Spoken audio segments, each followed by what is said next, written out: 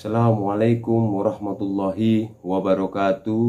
Om Swastiastu, salam nama budaya, salam kebajikan untuk kita semua. Rahayu, rahayu, rahayu. Bismillah teman-teman, mari kita lanjutkan pembahasan kita, istiqomah kita dalam menggali wawasan keilmuan. Kali ini kita akan membahas tentang yin dan yang. Hitungannya sudah cukup banyak apa yang sudah kita bahas, tapi sebanyak apapun keilmuan kita gali, analoginya masih tetap ibaratnya hanya setetes air dibandingkan samudra kalau kita hadapkan dengan luasnya ilmunya Allah. Yang kedua, kali ini kita menjalankan pembahasan ini masih dalam situasi yang prihatin, bahkan mungkin lebih prihatin lagi. Selain masih sibuk mencari solusi untuk pandemi, minggu-minggu ini kita digempur oleh beberapa bencana alam.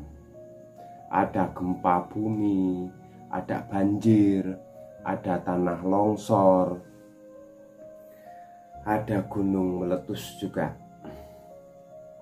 Selain kita upayakan secara maksimal untuk menyikapi bencana-bencana, untuk menyikapi kesulitan-kesulitan hidup kita ini secara rasional dan juga spiritual, mari kita sikapi juga bencana ini sebagaimana saya pernah sampaikan tentang bencana. Semoga bencana-bencana yang berturut-turut menimpa kita ini membuahkan hikmah, kemudian mendorong kita untuk melakukan muhasabah, kemudian taubah, dan kemudian islah. Muhasabah itu kita introspeksi diri. Di mana letak salah kita, di mana letak kurang kita, di mana letak khilaf-khilaf kita yang harus diperbaiki. Baik hubungannya dengan ranah fisik, cara kita mengelola lingkungan sekeliling kita, cara kita hidup, cara kita menjalin harmoni dengan alam semesta. Kemudian juga kalau sudah ketemu salah-salahnya, mari kita akhiri. Itulah taubah. Dan setelah mengakhiri yang salah-salah, marilah kita lakukan perbaikan. Itulah islah. Dan untuk tiga hal ini, pertama-tama harus kita tujukan pada diri kita sendiri. Enggak harus nuding kanan, nuding kiri. Sebagaimana yang pernah kita kaji, kalau kita menghidupkan hal-hal yang positif dalam diri kita, insya Allah yang di sekeliling kita juga akan tertarik ke arah yang positif.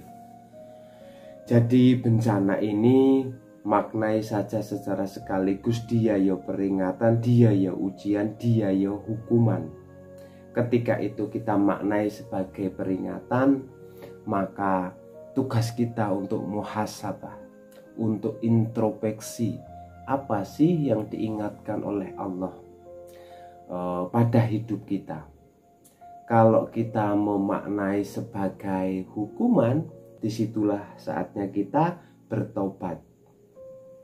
Mungkin memang banyak salah-salah kita, dan kalau kita maknai sebagai ujian, maka saatnya kita bersabar dan terus melakukan islah, perbaikan demi perbaikan.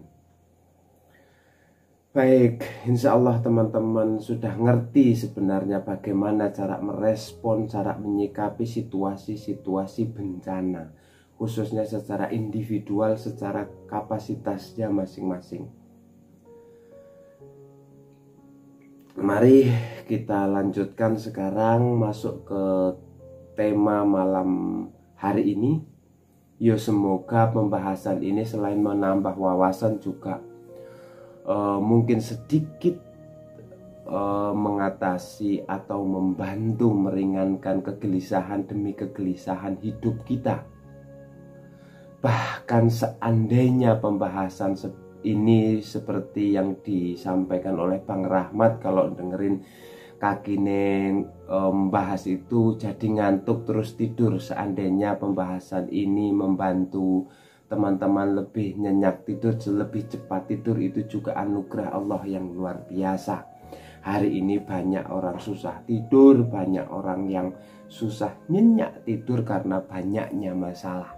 Maka kalau diantarkan oleh pembahasan ini Bang Rahmat itu jadi cepat nyenyak tidur, saya juga sangat bersyukur. Alhamdulillah ya. Baik, semoga lebih dari itu, sedikit-sedikit ada perubahan positif dalam hidup kita dengan semakin bertambahnya ilmu dan wawasan kita. Nah, kali ini kita lanjutkan ke tema falsafah hidup. Kalau kita pernah membahas tentang malam hari ini, kita bahas kalau pakai 5 kategori hukum kosmik yang pernah saya jelaskan. Kali ini adalah hukum tentang pasangan. Yang kali ini saya jelaskan melalui konsep yang beberapa kesempatan dulu saya pernah singgung serba sedikit, khususnya ketika masuk ke tema filsafat Tiongkok, filsafat Taoisme, filsafat Tiongkok kuno, konsep yang populer sekali dan pastinya teman-teman juga pernah paling tidak mendengarkannya, yaitu filsafat Yin dan Yang. Ini salah satu falsafah hidup. Kalau dari istilahnya pastinya dari Tiongkok kuno. Bahkan ada yang menyatakan pemahaman ini sudah muncul bahkan sejak abad 14 sebelum Masehi. Sejak belum ada tulisan-tulisan di kertas-kertas seperti sekarang yang saat itu masih ditulis di tulang-tulang, sekitar 14 sebelum Masehi itu sudah ditemukan wawasan-wawasan, pandangan-pandangan yang sekarang dikenal sebagai yin yang ini. Kalau versi tulisan rekaman dalam bentuk bukunya, yin yang ini disebut-sebut sudah ada di kitab Yi Jing atau kadang ditulis I Ching. I Ching ini kalau diterjemahkan letterlet adalah kitab perubahan. Ini salah satu karya tulis tertua dari Tiongkok. Meskipun nanti konsep yin yang ini banyak dikaitkan dengan Taoisme, dalam aspek filosofinya biasanya orang mengkaji yin yang itu kemudian berlanjut ke teori selanjutnya, yaitu Wuxing. Wuxing ini tentang 5 unsur.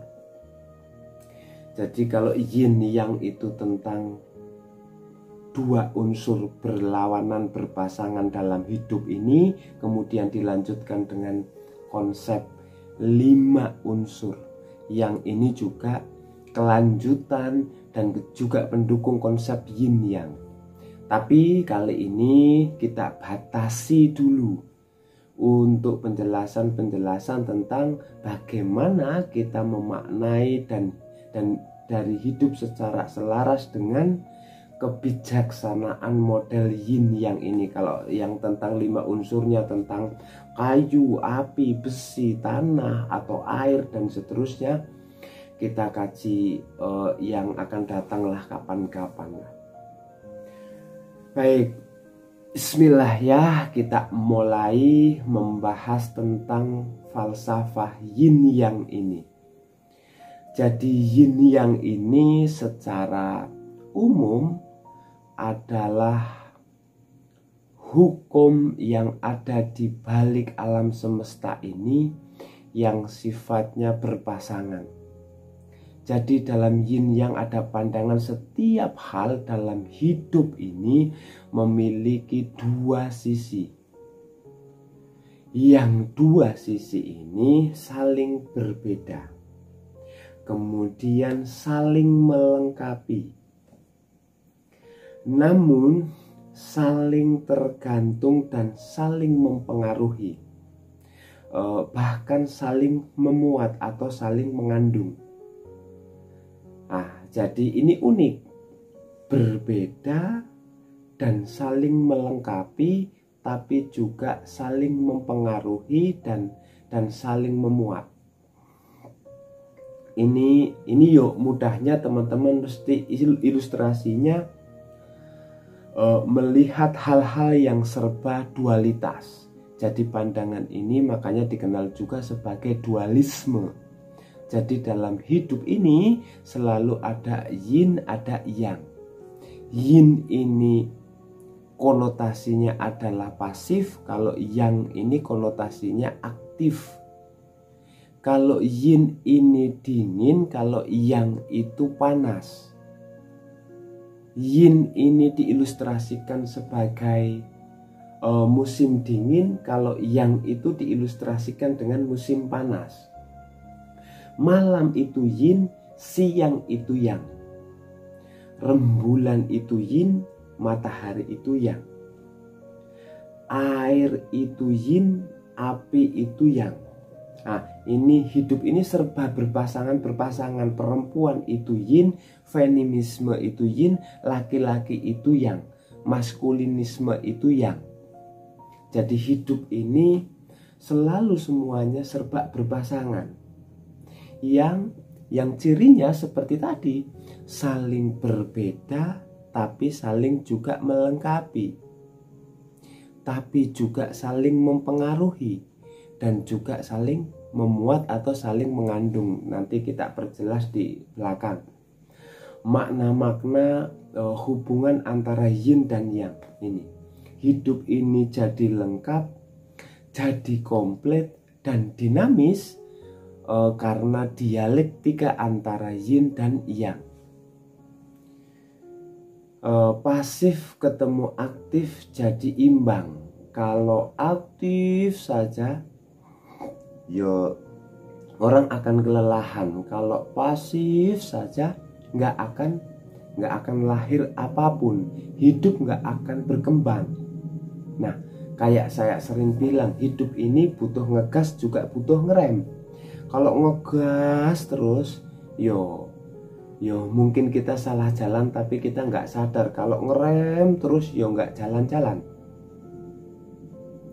Kadang butuh ngegas, kadang juga butuh ngerem. Sampainya tujuan kita itu karena kita pinter mengelola kapan kita ngegas dan kapan kita ngerem.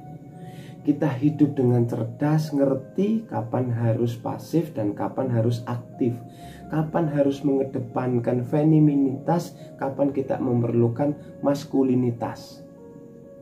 Dalam hidup itu selalu ada pasangan-pasangan, selalu ada dinamika yang lahir dari hubungan antara pasangan ini. Nanti kita jelaskan detailnya, tapi dasarnya itu. Dalam prakteknya teori yin yang ini itu secara umum dipahami dengan dua versi. Ada pemahaman yin yang itu nanti sebagai energi vital yang ada di alam. Nanti teman-teman mungkin pernah dengar istilah qi atau qi.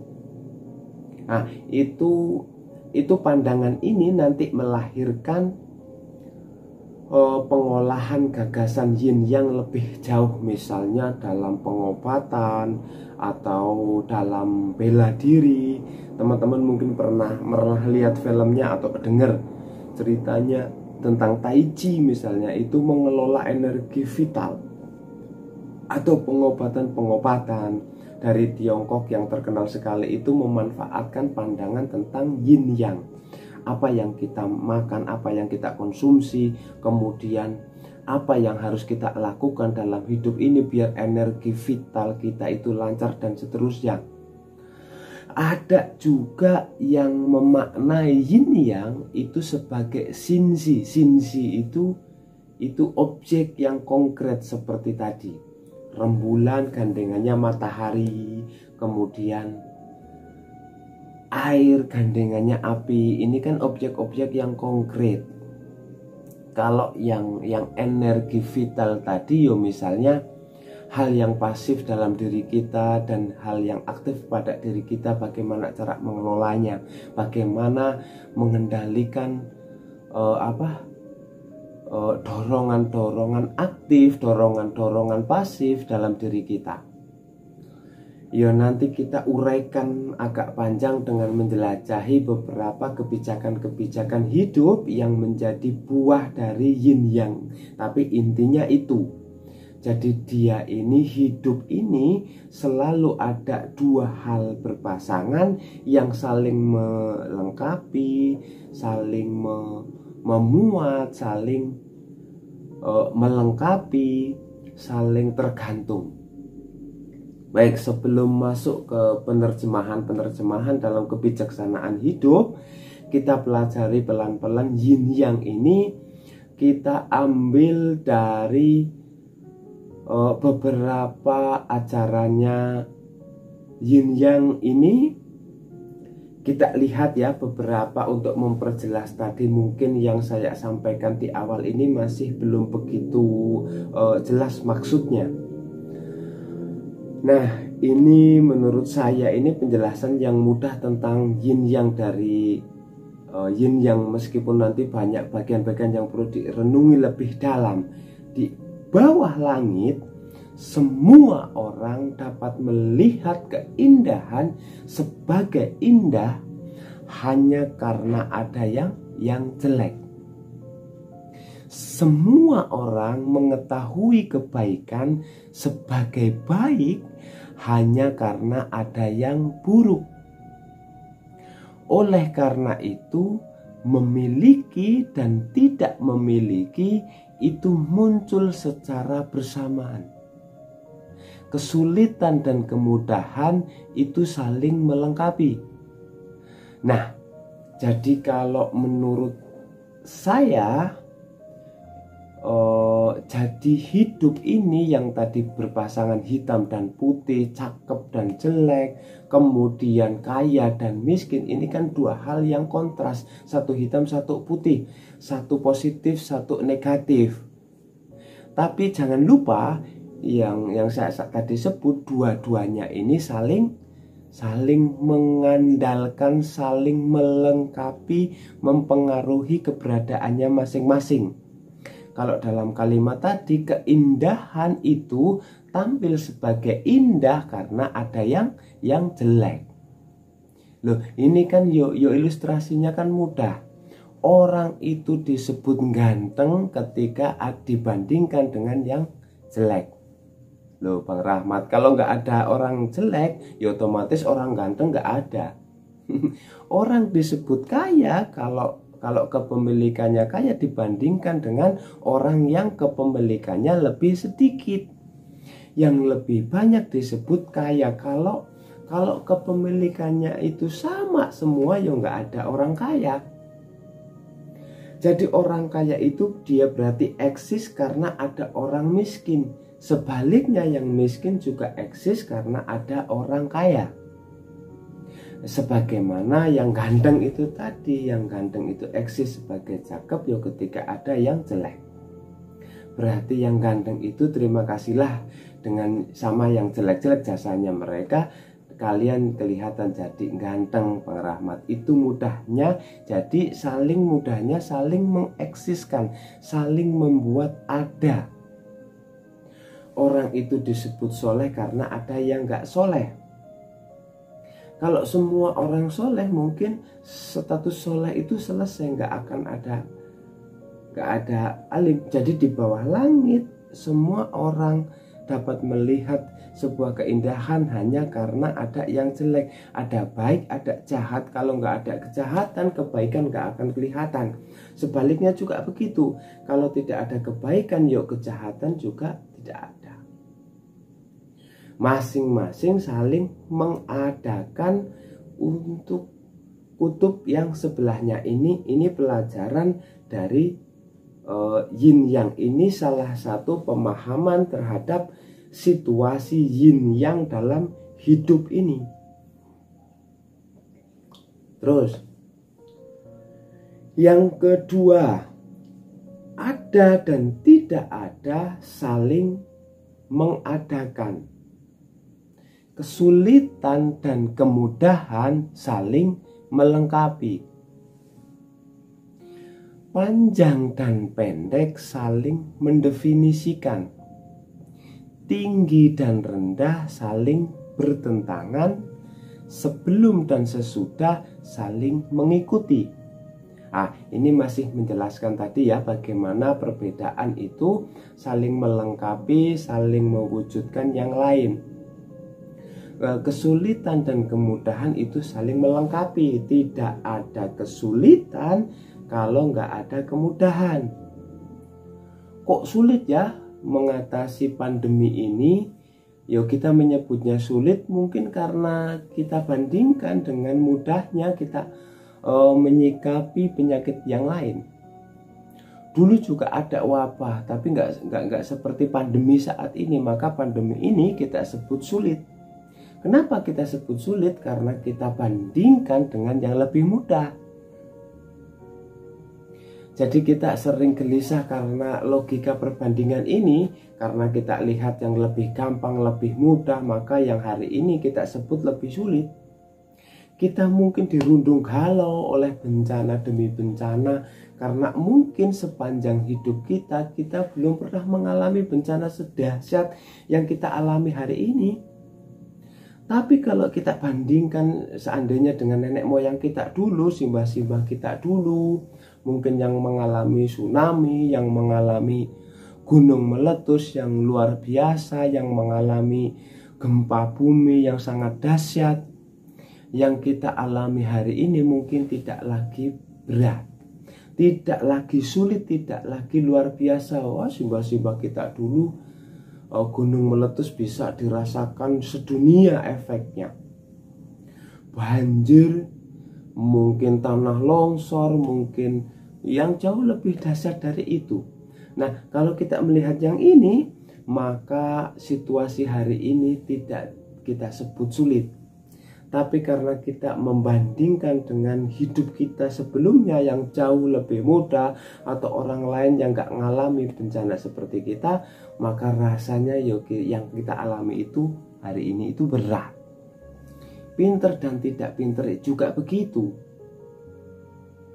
Kalian kelihatan pinter sekali ketika kalian mungkin teman-temanmu wawasannya jauh di bawahmu.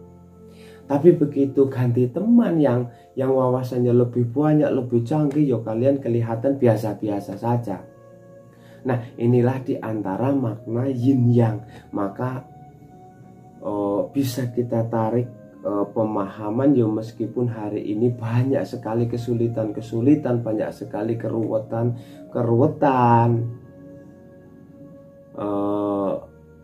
keruwetan hidup. Nggak seharusnya kita jadi alasan untuk apa? Untuk hidup tidak bersyukur, mengeluh saja. Tinggal kita ubah sedikit perspektifnya. Oh ya, yang saya rasakan sulit, yang sekarang sulit ini karena saya membandingkannya dengan kemudahan-kemudahan yang selama ini saya alami. Tapi coba saya bandingkan dengan kehidupan simbah-simbah saya dulu waktu dijajah Belanda, dijajah Jepang, waktu mengalami bencana yang jauh lebih dahsyat. Maka saya hidup seperti ini sebenarnya jauh lebih harus disyukuri. Nah, ini diantara cara memahami alam, karena ada dan tidak ada saling mengadakan, kesulitan dan kemudahan saling melengkapi, panjang dan pendek saling mendefinisikan, tinggi dan rendah saling bertentangan, sebelum dan sesudah itu saling mengikuti. Yang semula yang sebelum, yang sekarang jadi sesudah. Tadi belum membahas, sekarang sudah membahas. Nah, ini kan saling mengikuti. Besok yang akan datang itu sebelum, tapi seminggu lagi itu sesudah, mana sebelum mana sesudah, itu saling bersusulan. Ada dan tidak ada itu juga saling mengadakan. Baik, ini yang yin yang itu tadi. Ini saya lanjutkan lagi. Kalau ini mungkin berpikirnya agak dalam sedikit. Kalau engkau ingin sesuatu kembali ke asalnya, pertama engkau harus mengizinkannya tersebar. Kalau engkau ingin sesuatu lemah, pertama engkau harus membiarkannya kuat. Kalau engkau ingin menyingkirkan sesuatu, pertama engkau harus membiarkannya jaya. Kalau engkau ingin memiliki sesuatu, pertama engkau harus memberikannya. Nah, ini juga kelanjutan dari yin yang tadi, cuma ini dengan pemahaman yang agak dalam. Nah, itu kalimat pertama. Kalau engkau ingin sesuatu itu balik ke asalnya, engkau harus mengizinkannya tersebar. Kadang-kadang kita ingin melakukan riset itu kan kembali lagi seperti semula. Saya kok ingin hidup kita itu seperti semula ya. Nah, ini ada rumusnya. Engkau harus mengizinkannya tersebar. Ini maksudnya apa? Yo gimana bisa reset kalau belum berkembang? Riset itu kan kembali ke asal, itu kan kalau sudah berkembang kemana-mana baru kembali ke asal. Jadi siklusnya orang hidup ini kan lahir, mati, lahir lagi. Kalau belum lahir, ya nggak akan ketemu mati. Maka untuk bisa sampai ke titik mati, ya biarkanlah lahir dulu. Kalau kita ingin situasi yang baru, yang seperti kelahiran kembali, ya harus siap mengalami sakit seperti mati. Setelah mati baru lahir kembali. Nah, mungkin di titik-titik tertentu peradaban kita kan ada sakit yang luar biasa, tapi setelah itu ada kelahiran kembali. Kalau dalam filsafatnya ada reanisan, lahir kembali. Tapi sebelum itu pasti ada sakit-sakit peradaban yang luar biasa. Jadi kalau engkau ingin lahir kembali, butuh sakit dan kematian-kematian. Kalau engkau ingin kembali ke asal engkau harus mengizinkannya tersebar. Kalau engkau ingin sesuatu melemah, pertama engkau harus membiarkannya kuat. Nah, ini kan seolah-olah bertentangan, tapi yo bagaimana kita ingin melemahkan sesuatu? Kalau sesuatu itu belum kuat, yo berarti kalau dia belum kuat, yo dia masih lemah. Kalau masih lemah, ngopo yo perlu kita perlemah. Dia sudah lemah, berarti kalau kita ingin melemahkan sesuatu atau seseorang atau sekelompok orang, itu berarti kita sebenarnya mengakui bahwa sebenarnya dia sudah kuat. Kalau dia belum kuat, bagaimana kita melemahkannya? Kalau kita ingin membungkam orang, berarti biarkan dia bicara. Loh, bagaimana kita akan membuat orang dimung, dia kita larang bicara? Nah, itu kan logikanya seperti itu. Nah, ini kayak yin yang. Nah, sebenarnya maksudnya ini yang terakhir ini. Sebaliknya, kalau kita ingin memiliki sesuatu, kita harus memberikannya. Untuk bisa mendapatkan cinta, kita harus memberikan cinta. Untuk bisa mendapatkan kehormatan, kita harus mau menghormati orang. Jadi kalau engkau ingin memiliki sesuatu, pertama-tama engkau harus memberikannya. Kalau engkau ingin menaklukkan orang lain, berarti pertama-tama biarkan dia jaya. Kalau sudah jaya baru ada alasan untuk menaklukkan. Kalau dia belum jaya, apanya yang akan engkau taklukkan? Wong dia belum jaya. Nah, ini logikanya seolah-olah kan aneh, tapi dalam hidup ini itu begitu. Kalau kita ingin membakar sesuatu, kita butuh api, butuh korek. Padahal yang kita inginkan itu api besar, tapi modalnya harus api kecil. Nah, ini hukum yin yang. Jadi kalau kita ingin sesuatu ke asalnya, pertama engkau harus mengizinkannya tersebar.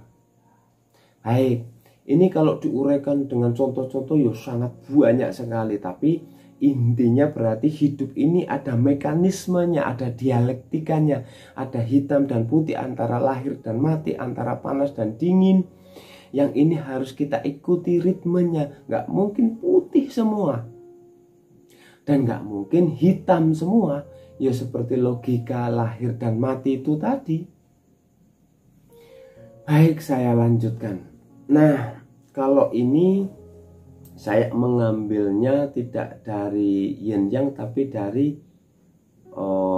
Zhuangzi. Ya ini menurut saya ini yang dulu saya lupa, saya sempat singgung, kelihatannya ya sudah lama saya pernah bahas itu. Nah, ada kalimat begini, yin dalam bentuknya yang tertinggi adalah membekukan, dan yang dalam bentuknya yang tertinggi itu mendidihkan.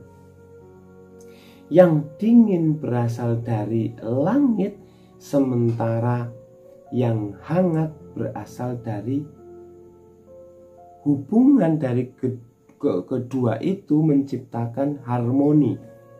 Dan dari sanalah lahir segala sesuatu. Mungkin ini hukum tentang segala sesuatu meskipun tidak terlihat.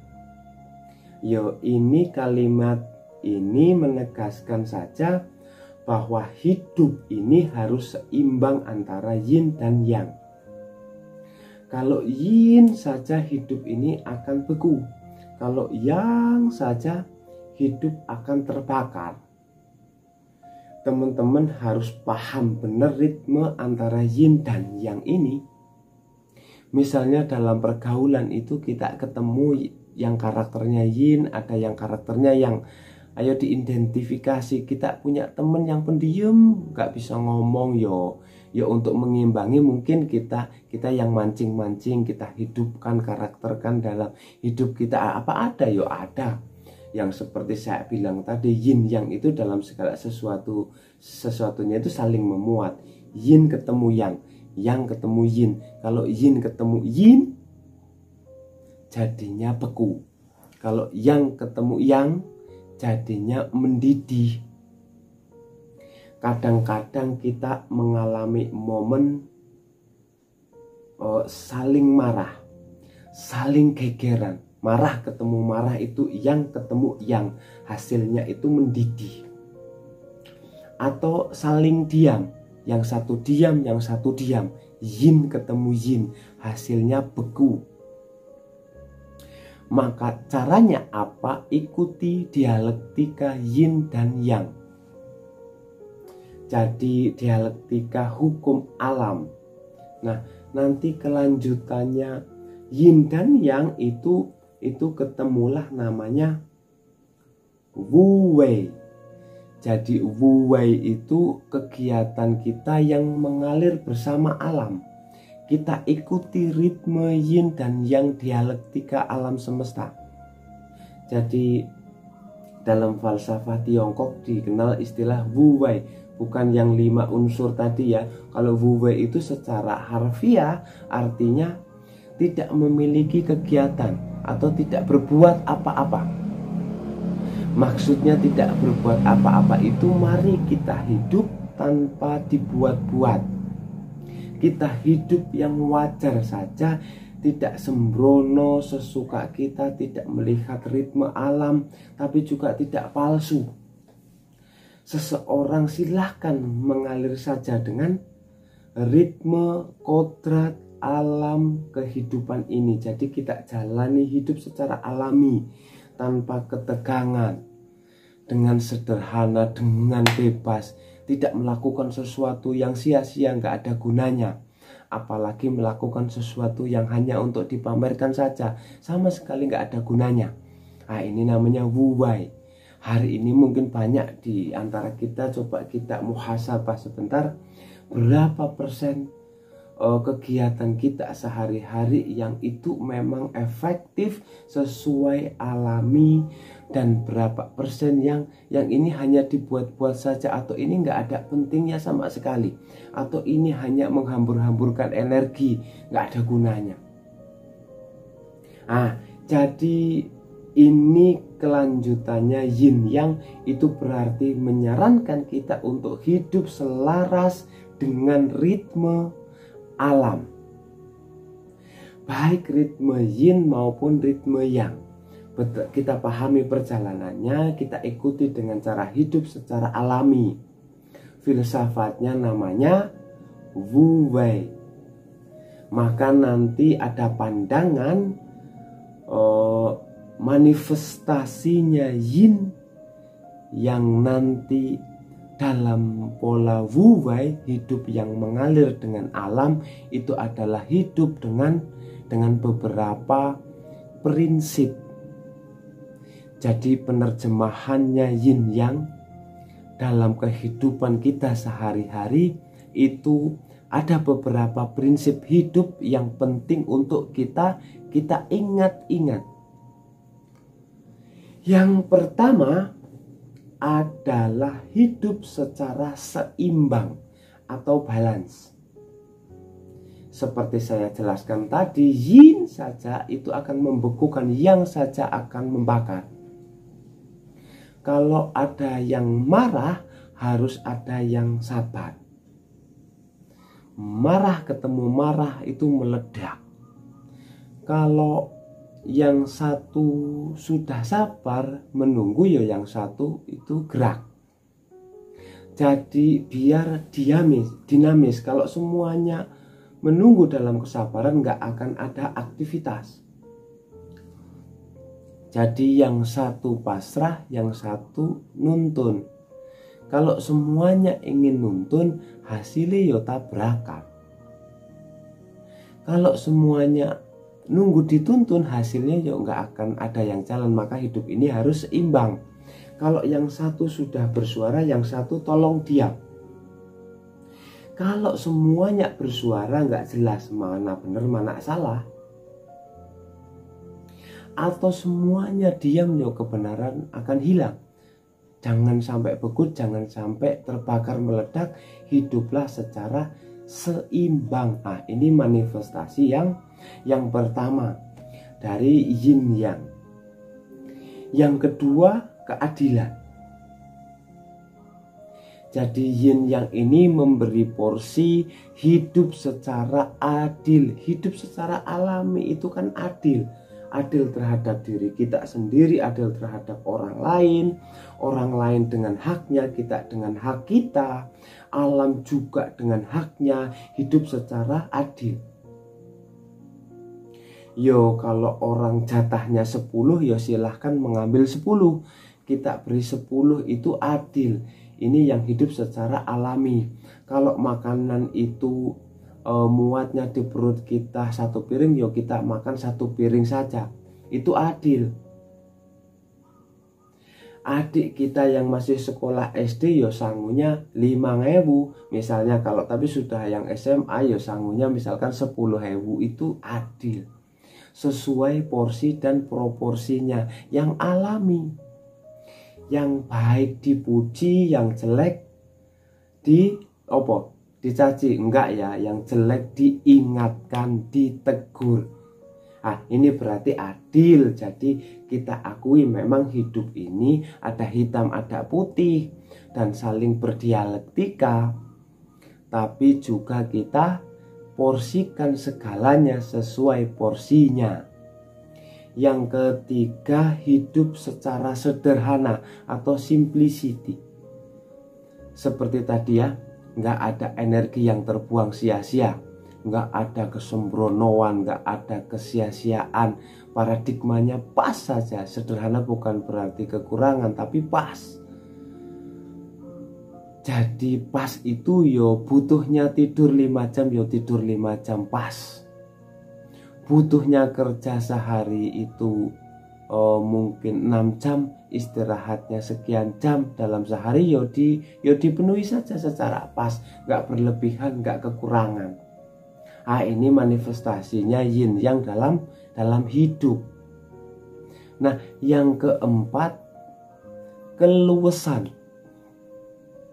Jadi kesadaran kita terhadap pola hidup, ada yang yin, ada yang yang. Jadi ada yang, ada yin, itu membuat kita itu luas, tidak kaku.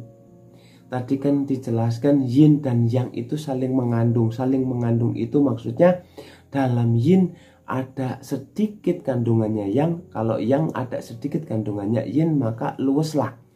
Yang feminim kita, saya ini kan laki-laki, karakternya maskulin, tapi dalam diriku pasti ada titik-titik femininitas.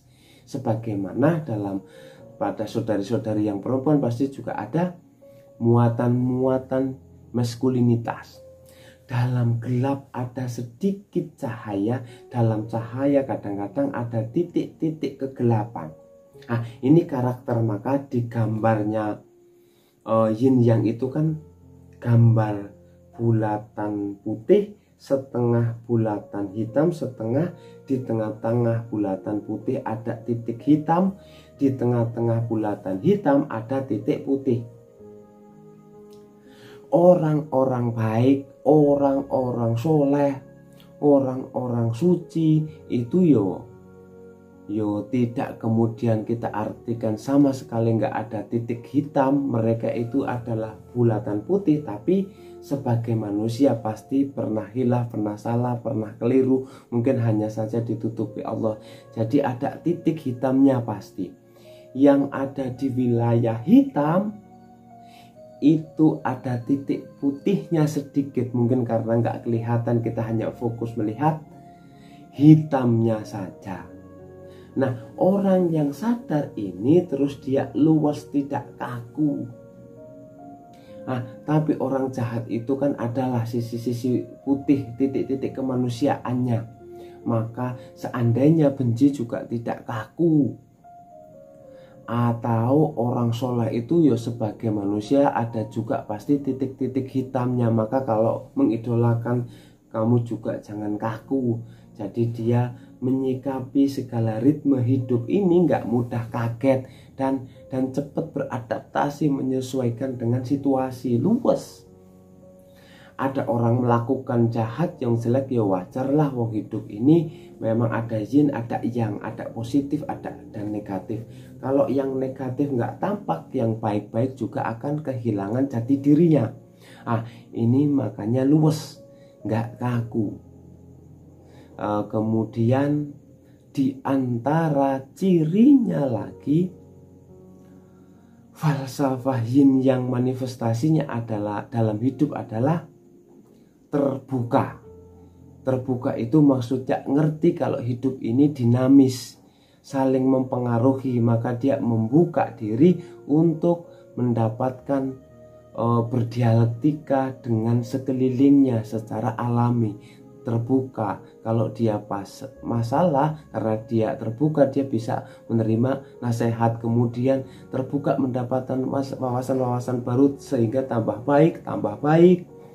Karena dia sadar dia tetap ada batasannya. Meskipun aku ada di wilayah putih, aku punya titik hitam juga yang entah aku sadari entah tidak. Kalau aku terbuka maka semakin meningkat, mungkin titik-titik hitamnya semakin berkurang, dapat masukan-masukan baru. Kalau aku tertutup selesailah hitamnya.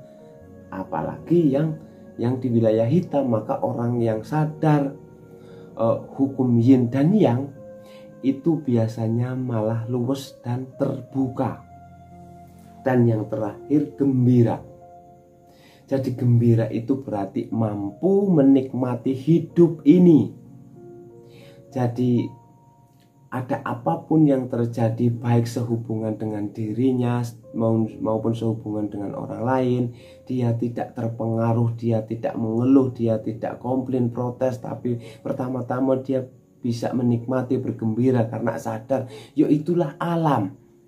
Karena kemarin kita rusak sehingga tidak seimbang, akhirnya kita menikmatilah yang sekarang mungkin beberapa kesulitan hidup. Ya wis lah, resikonya seperti itu, mau gimana lagi, tapi dia mau menerima. Ya meskipun berlanjut dengan tadi, menyikapinya dengan adil, dengan luas, dengan terbuka, dan seterusnya.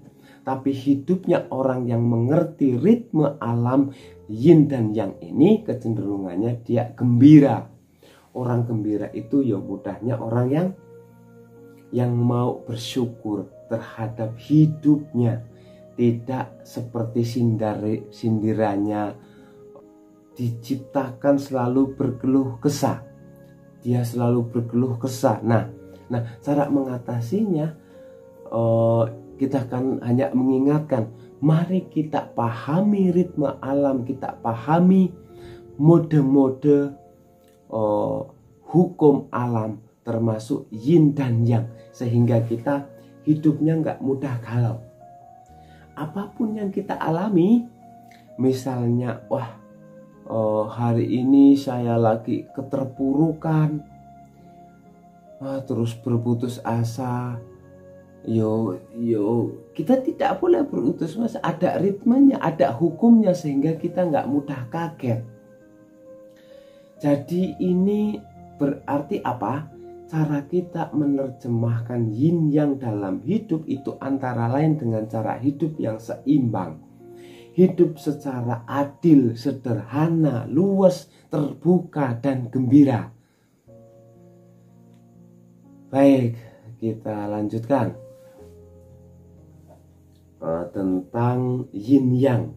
Nah, selanjutnya ini saya menemukan cerita rakyat folklore yang menjelaskan yin dan yang. Ya, saya nggak tahu validitas ceritanya seperti apa, tapi mungkin bagi kita untuk menggambarkan ini loh maksudnya cara kita menyikapi situasi yin dan situasi yang. Jadi saya bacakan ya ceritanya.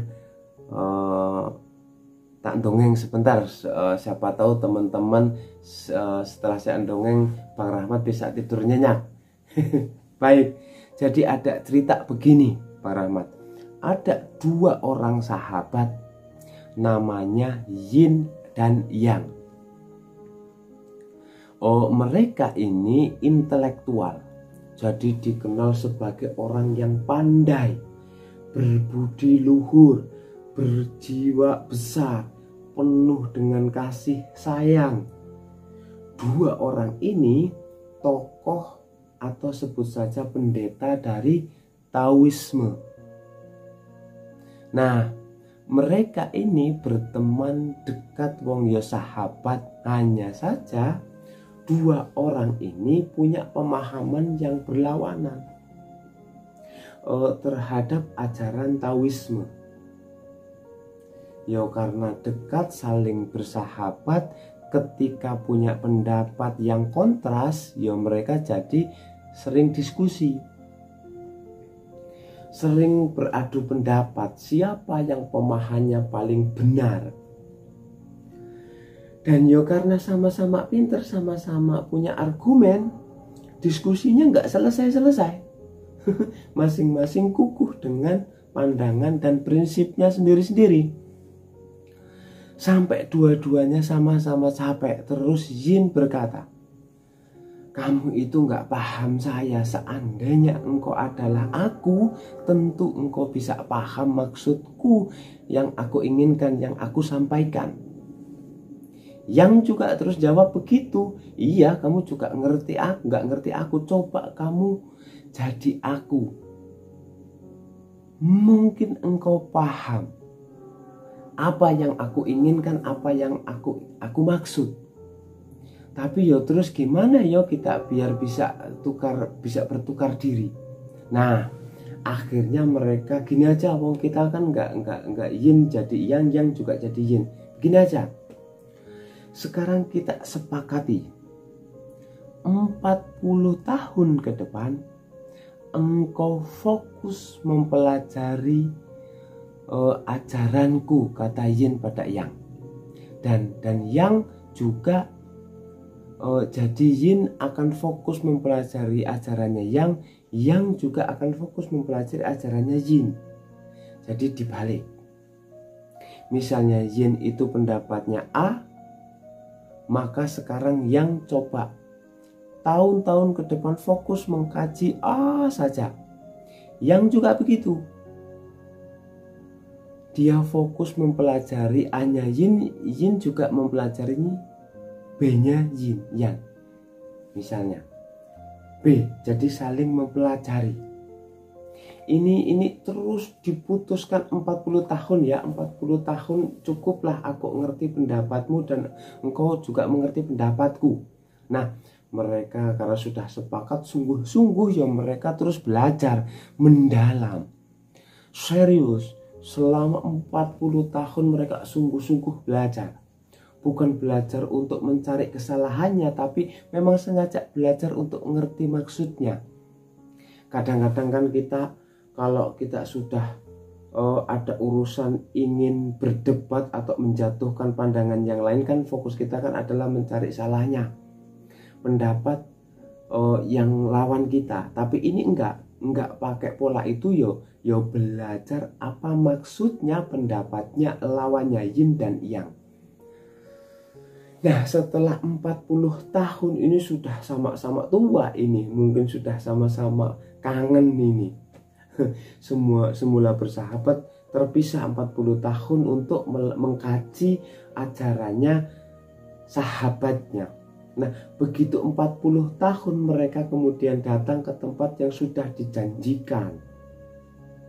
Nah, mungkin teman-teman ini ketemu ini langsung diskusi lagi, ini panjang lebar ini masih teman-teman menyangka seperti itu. Ternyata begitu ketemu mereka hanya saling memandang, saling tersenyum, kemudian saling berpelukan dan berkata, "Saudaraku, engkau selalu dalam diriku dan aku ada dalam dirimu."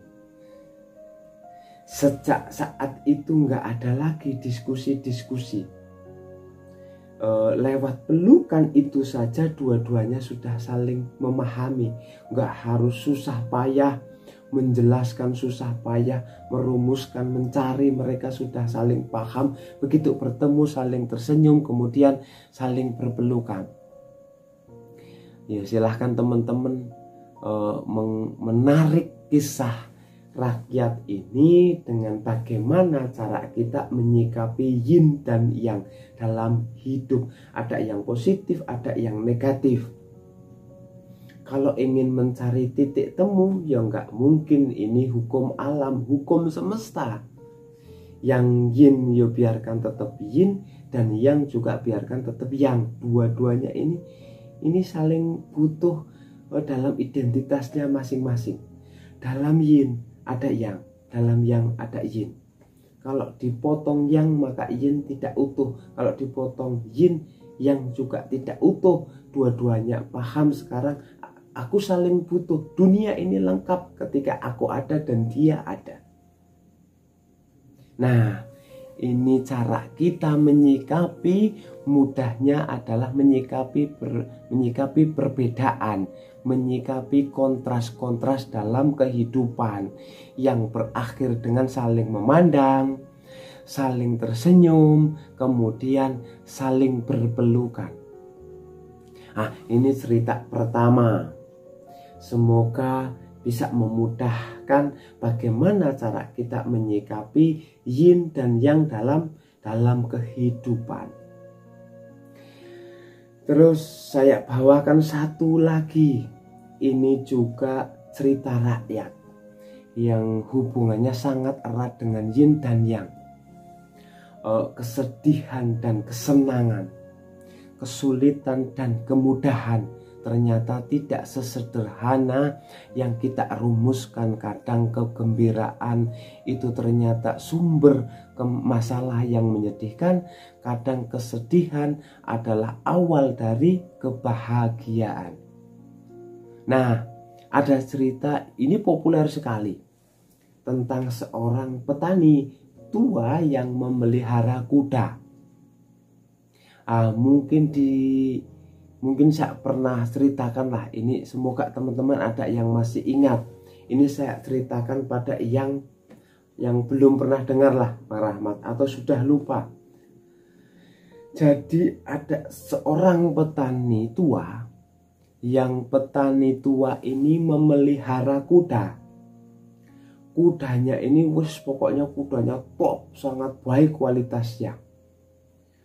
Mestinya kuda ini sangat disayang oleh petani ini dan keluarganya. Nah, suatu pagi ternyata kudanya ini, petani tua ini kabur, lari dari rumah. Wah, ini harusnya berarti ini berita yang menyedihkan, peristiwa yang menyedihkan. Para tetangganya datang, terus mereka mengucapkan simpati. Wah, sampean mengalami nasib yang buruk ya, turut bela sungkawa.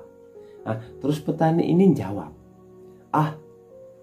tidak juga, kita lihat saja nanti.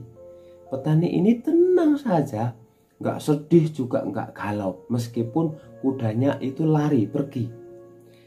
Ternyata besoknya kudanya ini kembali lagi, malah sekarang membawa teman-temannya dari hutan. Wah, sekarang dari hanya punya kuda satu yang bagus, sekarang dia ini punya beberapa kuda.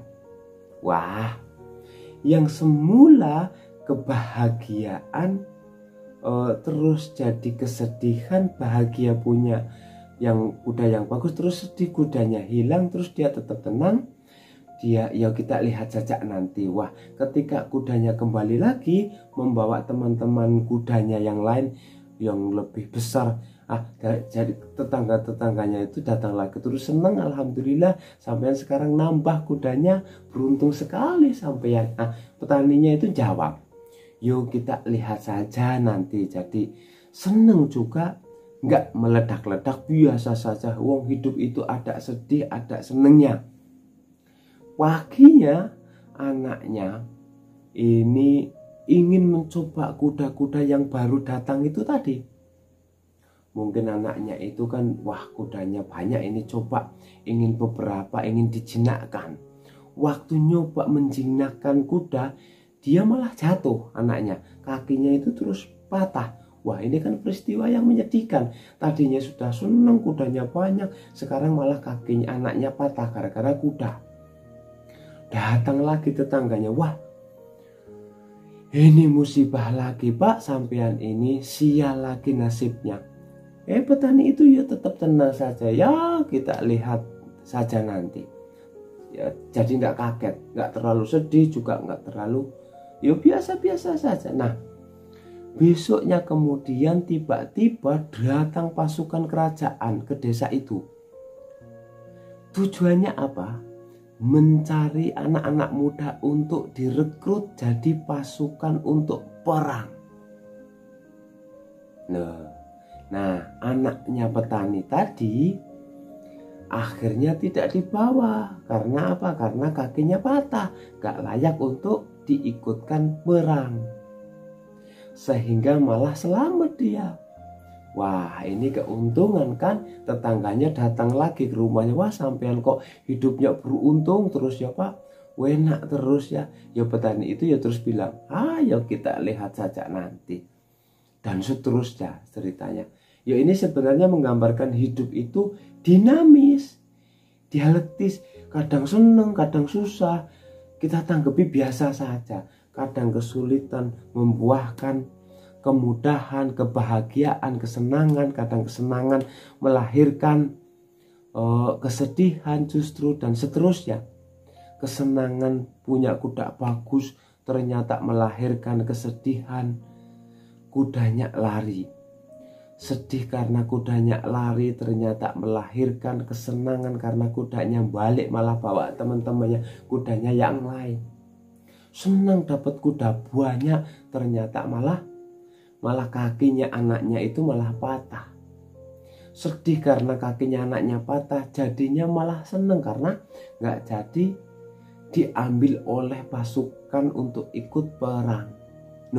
Ini dinamika hidup. Makanya petani ini mengajarkan kita bagaimana kita mengikuti saja ritme hidup, ritme alam, hidup secara alami saja, luwes saja, fleksibel saja. Hidup itu memang selalu berpasangan, senang sedih akan selalu berganti, dan gak harus ditanggapi yang berlebihan. Itulah polanya orang hidup, kadang senang, kadang sedih. Semoga sampai di sini semakin bisa tergambar bagaimana cara kita menerjemahkan dua unsur dalam hidup ini yaitu yin dan yang. Jadi kebijaksanaan hidup yang menurut saya merupakan penerjemahan dari yin dan yang dalam hidup. Jadi adanya pasangan-pasangan dalam hidup, adanya kontras-kontras dalam hidup yang sifatnya dinamis, dialektis, saling mempengaruhi. Dari penjelasan-penjelasan yang saya sampaikan sebelumnya, kalau kita terjemahkan dalam prinsip-prinsip kebijaksanaan, itu ada beberapa, saya menyebutnya paket karena saya bagi-bagi di beberapa kelompok kebijaksanaan. Mari kita telusuri pelan-pelan bagaimana penerjemahan yin yang itu dalam prinsip-prinsip hidup yang bijaksana. Kelompok pertama, yang pertama adalah ada prinsip seperti ini: dalam kebenaran ada setitik kesalahan, dan dalam kesalahan ada setitik kebenaran. Ini yang saya jelaskan tadi di gambar kolom yang putih yang ada titik hitam, di kolomnya hitam ada titik putih. Kebenaran yang kita yakini, wong kita itu manusia, pastinya juga nggak sempurna. Kesalahan-kesalahan yang kita lakukan tidak gelap total, masih ada sedikit-sedikit mungkin kita nggak sadar titik kebenaran. Teman-teman mungkin masih ingat ceritanya, misalnya begini untuk menerjemahkan prinsip ini. Masih ingat cerita tentang seorang kalau bahasanya perempuan nakal, pekerjaannya tunasusila, yang masuk surga hanya karena memberi minum seekor anjing yang kehausan. Itu kalau secara normatif pakai hukum moral sosial agama, perempuan ini kan perempuan dalam tanda petik ya, dalam wilayah yang hitam. Tapi ternyata dalam kehitaman hidupnya masih ada satu titik putih yang kecil, yaitu kasih sayangnya terhadap seekor anjing yang kehausan. Ternyata hanya dari satu titik putih yang kecil ini justru Allah ridho dan berkenan terhadap dirinya sehingga dia masuk surga karena itu. Berarti hitam tadi yang sangat luas terhapus oleh titik putih yang kecil. Jadi cerita wanita tunasusila ini yang masuk surga karena memberi minum seekor anjing yang kehausan. Sebaliknya juga begitu. Mungkin teman-teman pernah juga mendengar tentang kisah yang meskipun kita sebut saja ini fiktif, kisah tentang seorang kiai yang masuk neraka hanya gara-gara selilit. Nah, ini kisah selilit. Selilit itu mungkin bagi yang tidak Jawa ya, selilit itu tusuk gigi. Kayu yang sangat kecil yang kita pakai untuk nyongkel sisa makanan dari gigi kita. Nah, cerita selilit sang kiai ini kan mestinya kan orang putih. Tapi ada ternyata satu titik hitam dalam sejarah hidupnya yang ternyata malah mengundang ketidakridhoan Allah. Jadi kiai ini satu ketika pulang dari rumah tetangganya, mungkin pulang dari genduri di rumah tetangganya, terus karena mungkin sudah sepuh, giginya sudah banyak lubangnya sehingga banyak sisa makanan yang harus diambil, selilitan. Sambil pulang dia secara nggak sadar jadi nyuwil apa? Mematahkan sedikit kayu dari pagernya rumahnya tetangganya.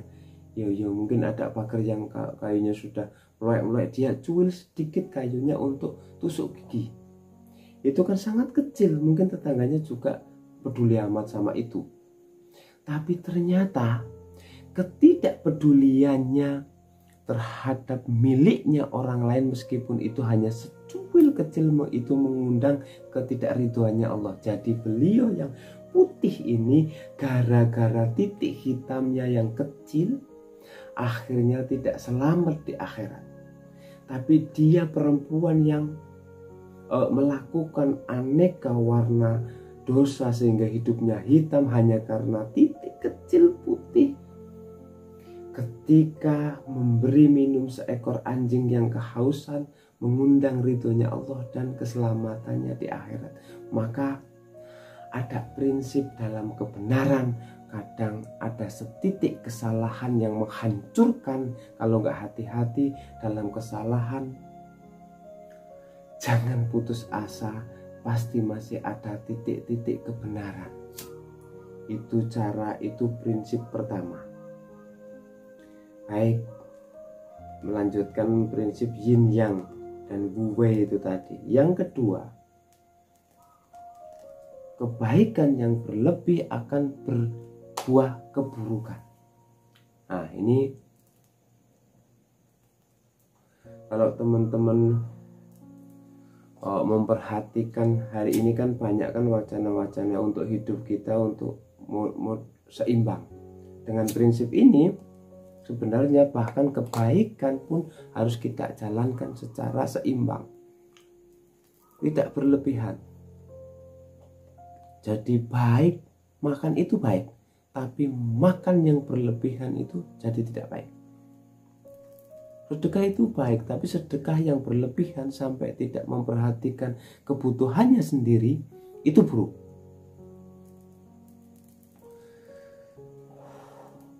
Jangan berlebihan. Sholat itu baik, tapi kalau sholat terus-terusan, itu ada cerita Rasulullah itu satu ketika kedatangan beberapa tamu para sahabat.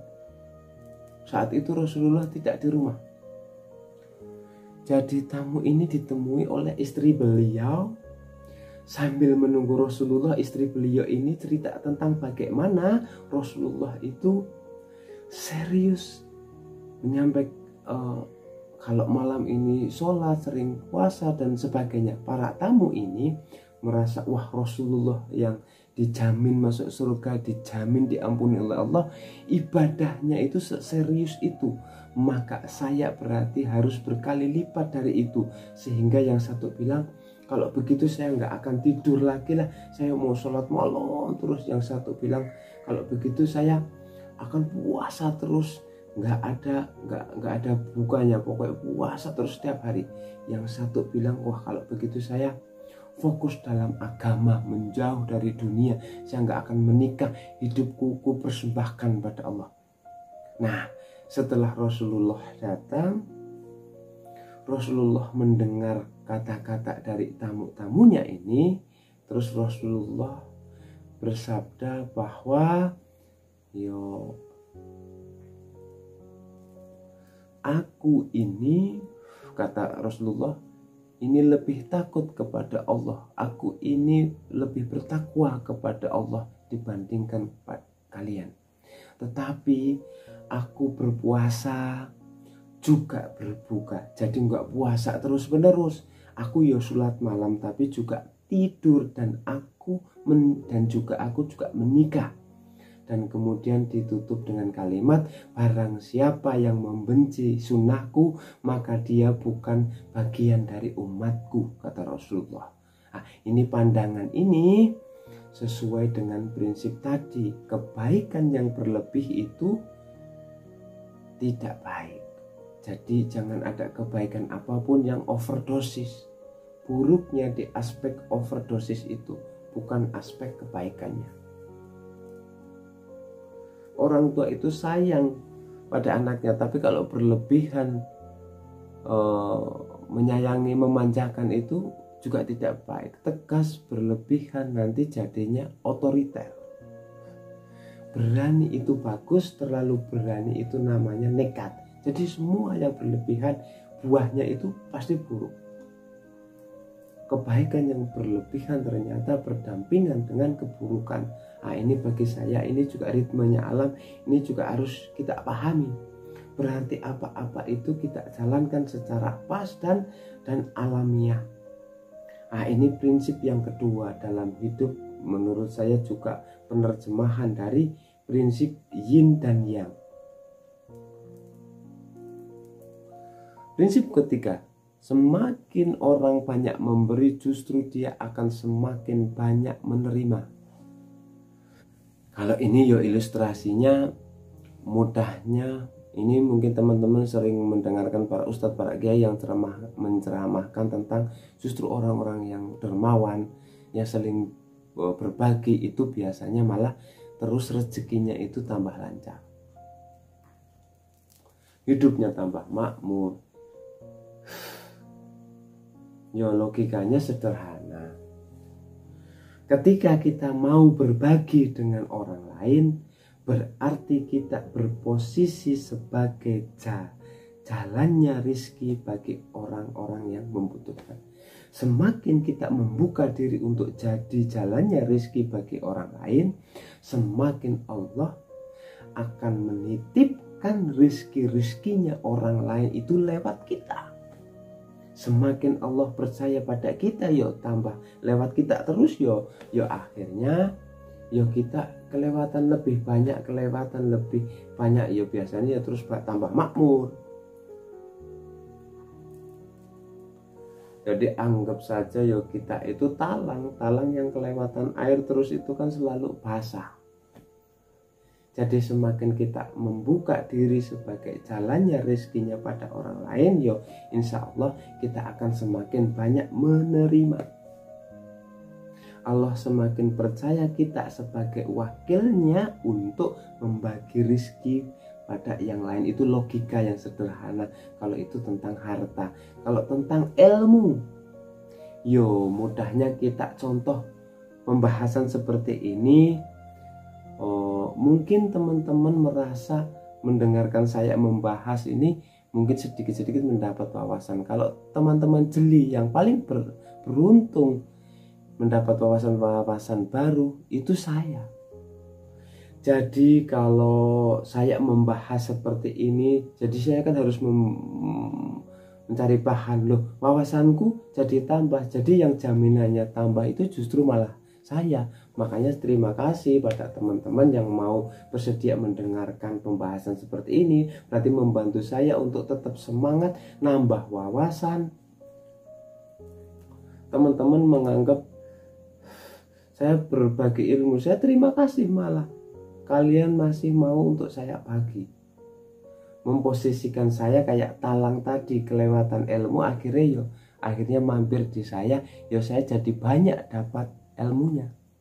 Jadi semakin kita banyak memberi, justru kita akan banyak menerima. Memberi dan menerima itu kan pasangan yin dan yang, dan dia saling mempengaruhi. Siapa banyak memberi, dia akan banyak menerima. Ya nggak cuma ilmu, nggak cuma harta, apapun itu, meskipun sekedar kata-kata yang baik, orang yang tawadhu menghargai orang lain, insya Allah dia juga akan mendapatkan penghormatan, penghargaan yang lebih baik dari itu. Ini termasuk hukum alam itu tadi. Jadi ini prinsip yang yin yang. Oke teman-teman, mungkin sedikit apa yang bisa saya sampaikan tentang pemahaman yin yang ini. yang berpengaruh sekali di dalam kehidupan kita. Kita akan coba bahas lagi di lain kesempatan. Semoga ini yang sedikit saya sampaikan bisa bermanfaat untuk teman-teman semua. Kita akan jumpa lagi di lain kesempatan. Saya akhiri. Assalamualaikum warahmatullahi wabarakatuh.